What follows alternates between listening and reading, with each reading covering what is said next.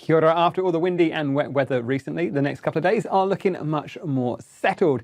So as we head through the rest of this afternoon, we've still got a fair bit of cloud pushing its way up the North Island and some showers to watch out for as well. Down south though, some clearer skies, not a bad looking story through the central parts of Otago.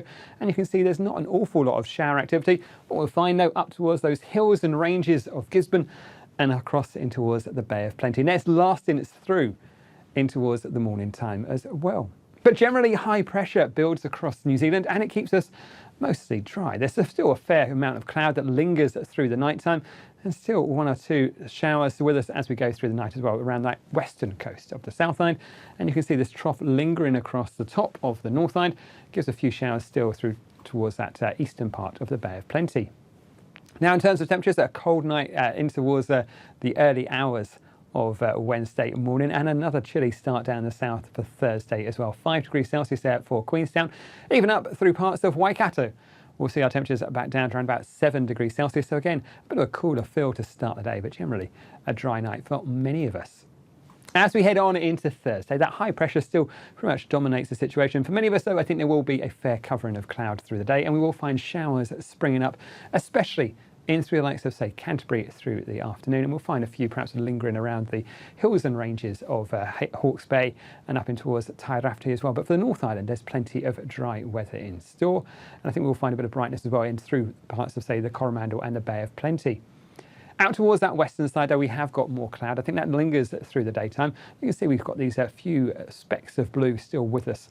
So it's not brilliantly dry, or it's not dry completely. We'll find that just an odd isolated shower here and there, but very much the exception rather than the rule. The best chance of catching a shower through the morning time it will be in, say, those eastern parts of the Bay of Plenty. But even here, I think we'll be drying up through the afternoon, some brightness and some sunshine. But you can see we still keep hold of that cloud in through that western side, in towards places like Auckland through the daytime, and down towards Wellington, although we have a bit of a cloudy start, hopefully some brighter weather in the capital for the afternoon and generally a dry story as well. In terms of our temperatures across the North Island, many spots are making up into the high teens, even the low 20s, back to around about 22 degrees Celsius in Gisborne, not far away for Auckland as well, 19 degrees Celsius, and our overnight temperatures back down to 13.